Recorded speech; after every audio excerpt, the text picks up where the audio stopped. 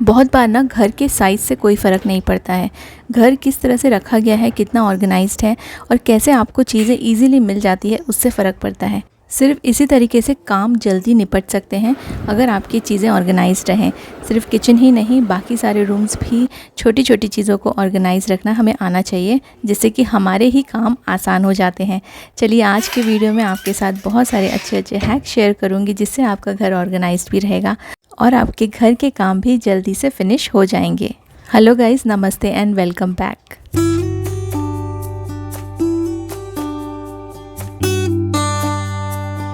Indian food में हम लोग रोटी के बिना ना हमारा बिल्कुल भी कोई भी खाना जमता ही नहीं है।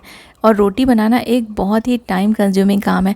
चाहे आपको 4 रोटी बनाना हो या 8 रोटी बनाना हो, उतना ही टाइम आपको लगता है। तो इसके लिए मैंने कई बार ऐसे हैक शेयर किए हैं, जैसे कि न्यूज़पेपर बिछा के आप रोटी बनाइए, जिससे आपका काउंटर टॉप जल्दी गंदा नहीं होगा।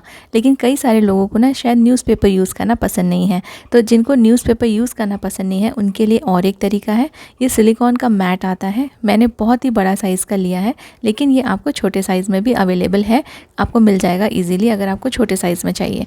तो ये डिफरेंट साइज़ में अवेलेबल है, लेकिन इसका जो यूज़ है ना, वो बहुत ही आपको काम में आएगा। और इसको बिछाने के बाद आपका जो काउंटर टॉप है बिल्कुल भी गंदा नहीं होगा। इनफैक्ट आप इसमें आटा भी गूंद सकते हैं, रोटी बेल सकते हैं, और आपको अलग से ना रोटी बनाने का जो पटा है ना, वो रखने की ज़रूरत नहीं पड़ेगी। अगर कोई चीज़ें यूज़ करके हमारा काम आसान होता है ना, तो वो चीज़ को ज़रूर यूज़ में लाना चाहिए, और धीरे धीरे ना आपको आदत हो जाएगी फिर यूज़ करने की। हो सकता है स्टार्टिंग में आपको जमेगा नहीं, लेकिन आप इसको यूज़ करके ज़रूर देखिए, काफ़ी हेल्पफुल है। और बहुत सारी चीज़ें एक ही मैट में आप कर सकते हैं। आपको सब्ज़ी वगैरह भी काटना है ना, तो भी आप इसको यूज़ कर सकते हैं।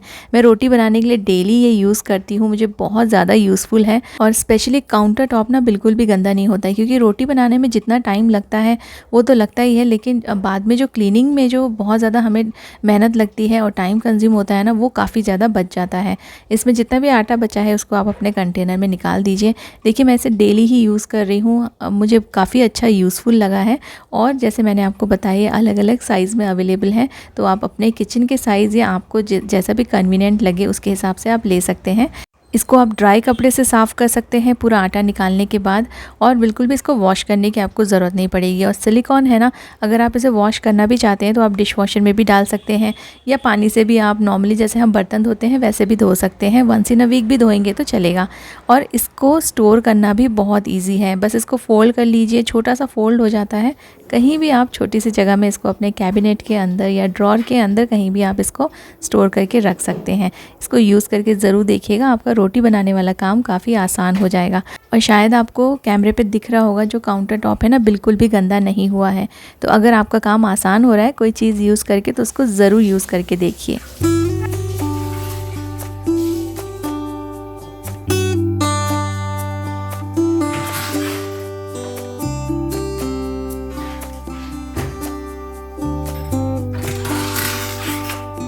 किचन में सिंक का एरिया अगर साफ़ ना रहे या ऑर्गेनाइज ना रहे, तो आपका किचन भी बहुत गंदा लगेगा और आपको काम करने में भी थोड़ी परेशानी हो सकती है।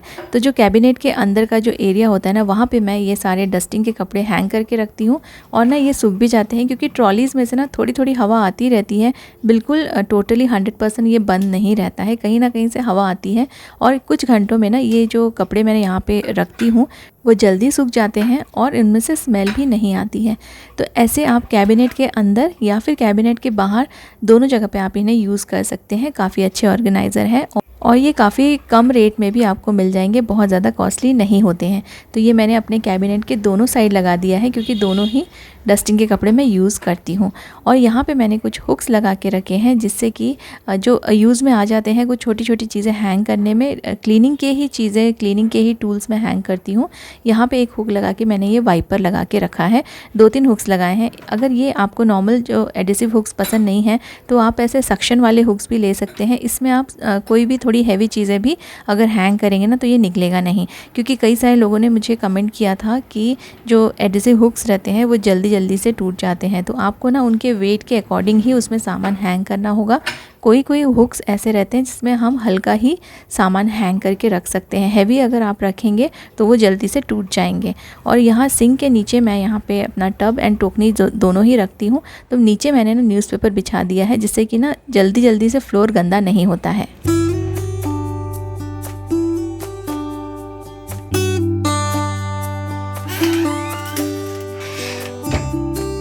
फ्रिज भी हमारा किचन का एक पार्ट होता है।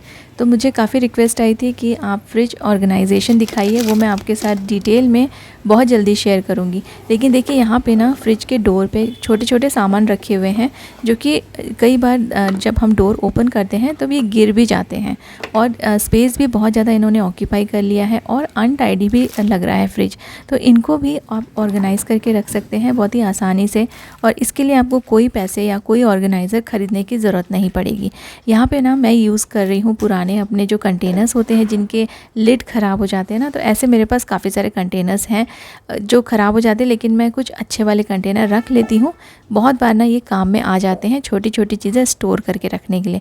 तो यहाँ पे मैं आई ड्रॉप्स जितने भी यूज़ में आते हैं तो उनको मैं इस कंटेनर में डाल रही हूँ, क्योंकि मैंने इनको डायरेक्टली फ्रिज में रखा था ना, तो जब भी डोर ओपन करती थी बार बार गिर जाते थे, फिर इनको बार बार उठा के रखना पड़ता था, तो टाइम भी हमारा वेस्ट हो जाता है। और देखिए इसमें ना ये ऑर्गेनाइज लग रहे हैं और काफ़ी अच्छे भी लगेंगे आप इसको फ्रिज में रखेंगे तो।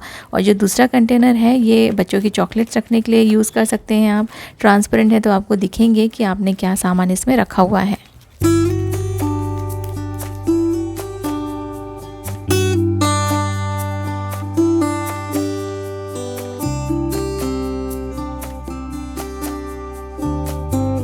फ्रिज में अगर हम ऐसे छोटे कंटेनर्स यूज़ करेंगे चीज़ें रखने के लिए तो आपको ना थोड़ी एक्स्ट्रा स्पेस भी मिल जाएगी।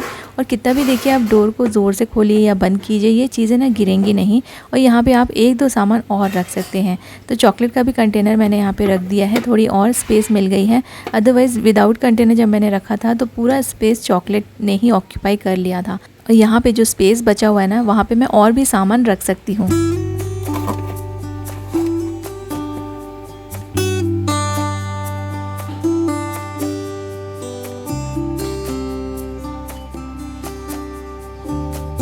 जब भी हम लोग किचन बनाते हैं ना तो हम लोग बहुत सारी चीज़ों को ना इग्नोर कर देते हैं।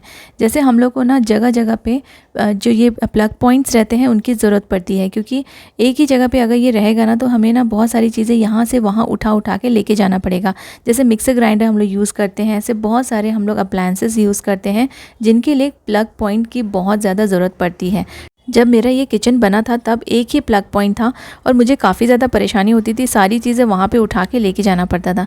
अभी मैंने दोनों साइड में प्लग पॉइंट लगा दिया है, एक सिंक के पास और एक इस साइड पे जहाँ पे कुकिंग के लिए मोस्टली मैं ये वाली जो स्पेस है वो यूज़ करती हूँ। तो यहाँ पर ना मुझे काफ़ी आसानी हो जाती है, फिर ना चीज़ें यहाँ पर मैं ला कर ईज़िली या तो मैं यहाँ पर भी स्टोर कर सकती हूँ, लेकिन यहाँ मुझे जगह नहीं होती इसलिए मैं यहाँ पर मिक्सर ग्राइंडर नहीं रखती हूँ। अदरवाइज़ मैं यहाँ पर भी रख सकती हूँ। तो आप ऐसे 2-3 जगह पर प्लग पॉइंट ज़रूर लगवाइए अपने किचन में। इससे आपको अपनी चीज़ें कम से कम मूव करना पड़ेगा और आपका टाइम भी बचेगा। और किचन में काम करते समय ना ये काफ़ी ज़्यादा कन्वीनियंट हो जाता है।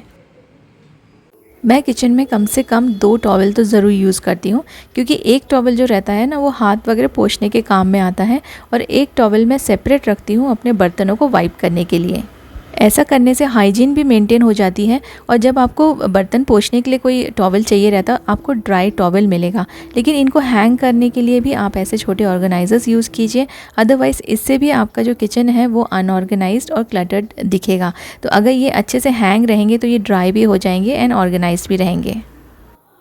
बार बार किचन में मॉप लेकर आना हमारे लिए कन्वीनियंट नहीं हो पाता है, इसलिए आप ऐसे छोटे मैट्स रखिए जिससे कि थोड़ा बहुत अगर पानी गिरता है आपके किचन में बर्तन धोते समय या कोई वेजिटेबल वॉश करते समय, हाथ वगैरह वॉश करते समय, तो आप ना ये वाले जो छोटे मैट है ना उसको यूज़ में ला सकते हैं। और अगर आप छोटे मैट्स यूज़ करेंगे तो ये जल्दी से जल्दी ड्राई भी हो ही जाएंगे।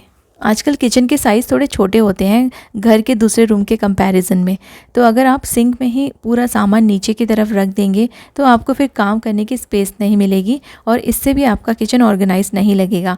तो ये ऑर्गेनाइजर्स मैं यूज़ कर रही हूँ, काफ़ी सालों से यूज़ कर रही हूँ और मुझे बहुत सारे लोग कमेंट करते हैं, इनके बारे में इंक्वायरी करते हैं। तो ये मैंने अमेज़ॉन से लिए थे, लिंक आपको मिल जाएंगे मेरे डिस्क्रिप्शन में। ये काफ़ी अच्छे ऑर्गेनाइजर्स हैं और काफ़ी यूज़फुल हैं। किचन के अलावा दूसरे रूम्स भी अगर आप ऑर्गेनाइज रखेंगे, छोटी छोटी चीज़ें जो ऊपर पड़ी रहती हैं उनको ऊपर ही रखिए, लेकिन आप ऐसे कुछ बास्केट्स यूज़ कर लीजिए जिससे कि आपका जो ऊपर का स्पेस है ना वो गंदा नहीं दिखेगा, टाइडी लगेगा। क्योंकि ना सारी चीज़ें अगर बास्केट में रहेंगी तो अब आपको अगर एक जगह से दूसरी जगह लेके जाना है तब भी आपको आसानी होगी। और मोस्टली जब आप क्लीनिंग करते हैं तब आपको ये सारी चीज़ें उठाकर सरफेस क्लीन करना इजी रहेगा। तो आप ऐसे बास्केट ज़रूर यूज़ कीजिए, काफ़ी सारे सुंदर बास्केट्स आपको मिल जाएंगे मार्केट में, या फिर हमारे घर में ऐसे छोटे मोटे बास्केट तो पड़े ही रहते हैं, उसके लिए आप इनको यूज़ कर सकते हैं जो चीज़ें आपने ऊपर रखी हुई है। मैंने अपने पैन्स रखने के लिए एक ऑर्गेनाइज़र लिया था, बिल्कुल वो रैक की तरह ही होता है, लेकिन मेरे किचन में ना इतने बड़े ऑर्गेनाइज़र को रखने की और फिर पैन्स को यहाँ कहीं भी ऐसे फ़िज़िकल स्पेस में रखने की जगह नहीं थी। तो मैंने यहाँ पे ना अपने टीवी टेबल के नीचे इसे रख दिया है और ये बहुत ही यूज़फुल हो गया है मेरे लिए। मैंने इसमें ना बुक्स पूरे अरेंज करके रख दिए हैं। तो अगर कोई ऐसे ऑर्गेनाइज़र हो जो आप किचन के लिए लिए लेकिन आप किचन में यूज़ नहीं कर रहे हैं, तो आप उसे दूसरे रूम में यूटिलाइज़ कर सकते हैं।